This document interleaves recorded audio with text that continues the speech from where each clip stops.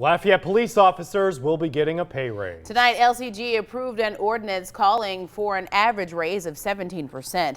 That includes a bump in starting pay for police officers, going from $35,000 to $40,000. It comes at a cost of $3.8 million every year from the general fund. Three's on the Street tonight are Katie Easter live at LCG. Katie. Dozens of officers and firefighters were here tonight anticipating the final vote.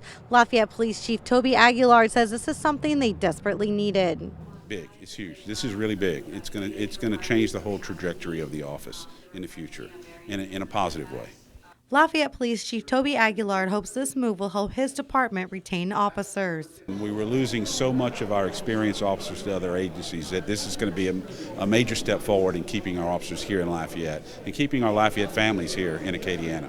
But numbers provided to the council on police pay did not include factors that bump up police pay, like overtime and private details.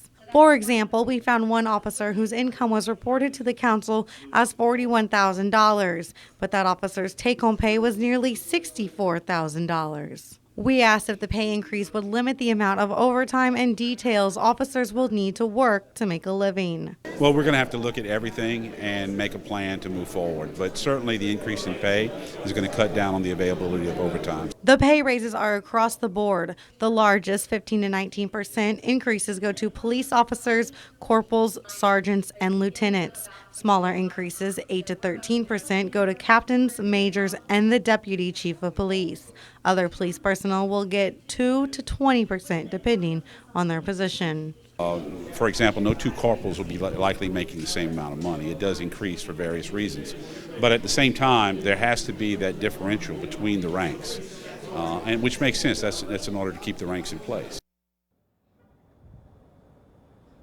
The raise will take effect 10 days after the mayor signs it, but there are still concerns on how funding for these raises will affect the general fund. Live in Lafayette, Katie Easter, KTC TV3.